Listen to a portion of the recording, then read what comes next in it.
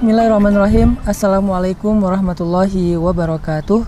Datikers yang dimuliakan Allah Subhanahu wa taala, Imam Asy-Syafi'i, seorang ulama yang muda, ulama yang brilian, ulama yang sangat terkenal, yang menjadi salah satu di antara ulama mazhab, pernah mengatakan satu nasihat yang penting buat kita dalam mencari ilmu.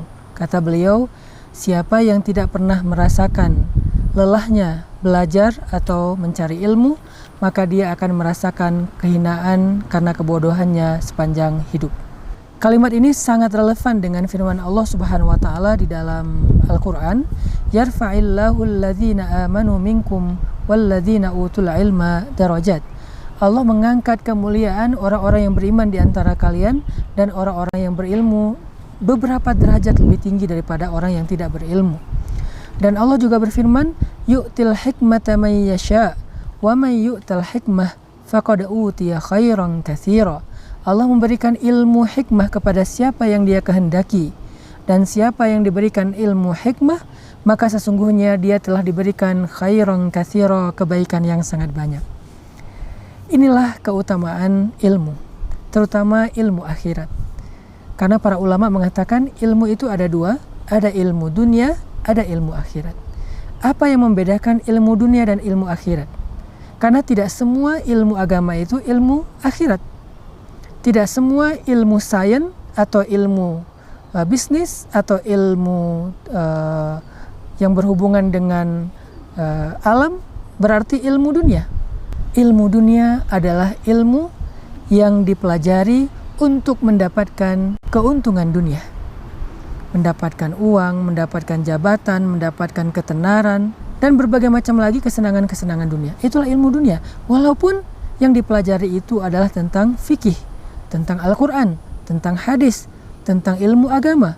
Kalau dia mempelajari itu untuk mendapatkan dunia, maka ilmu itu disebut dengan ilmu dunia. Sedangkan ilmu akhirat, kata para ulama, adalah ilmu yang dipelajari untuk mendapatkan akhirat.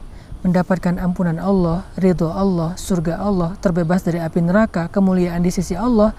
Yang siapapun yang mengejar akhirat, dunia akan mengikutinya. Tetapi siapa yang mencari dunia, akhirat akan meninggalkannya.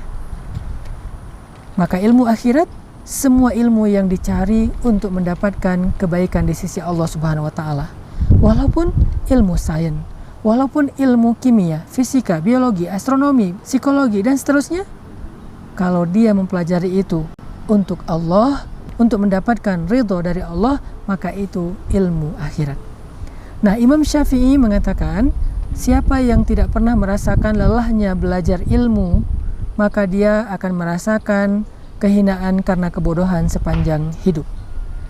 Ilmu yang dimaksud oleh Imam Asy-Syafi'i di sini adalah ilmu akhirat. Jadi siapa yang tidak pernah belajar ilmu untuk mendapatkan ridho Allah, maka dia akan merasakan kehinaan sepanjang hidupnya. Ini juga berarti sebaliknya, siapa yang sabar dalam belajar mencari ilmu, siapa yang sabar dalam susahnya mencari ilmu, maka Allah Subhanahu wa taala akan berikan kemuliaan sepanjang hidupnya. Yarfa'illahu alladzina amanu minkum walladzina utul ilma darajat. Allah muliakan orang yang berilmu. Seperti apa kemuliaan orang yang berilmu? Allah jadikan dia dihormati oleh langit dan bumi. Para malaikat menghormatinya, sebagaimana para penduduk bumi juga menghormatinya. Lihat bagaimana para ulama dihormati oleh manusia. Lihat bagaimana orang-orang yang memiliki ilmu, profesor, doktor, seorang ahli, seorang dokter, dihormati oleh manusia. Seorang dokter dihormati oleh pasiennya, oleh para perawat. Seorang profesor dihormati oleh mahasiswanya. Seorang ulama dihormati oleh umat. Maka sebagaimana mereka dihormati oleh manusia di muka bumi, seperti itulah mereka juga dihormati bahkan lebih oleh para malaikat di langit. Dimuliakan, diangkat derajatnya. Jadi kalau kita ingin mendapatkan khairan katsira, kebaikan yang banyak, kebaikan di dunia dan di langit, maka bersabarlah dalam mencari ilmu. Bersabarlah untuk hadir dalam majelis ilmu. Bersabarlah mendengar nasihat-nasihat ulama. Bersabarlah dengan sedikit berkorban, dengan berinfak untuk mendapatkan ilmu. Berinfak untuk membeli buku, berinfak untuk kuliah, berinfak untuk mengikuti suatu kajian. Karena kenapa? Karena kita ingin berkorban demi ilmu dan bersabar dalam mendapatkannya, sehingga Allah akan menggantikan semua pengorbanan dan kesabaran kita itu dengan kemuliaan di dunia dan di akhirat.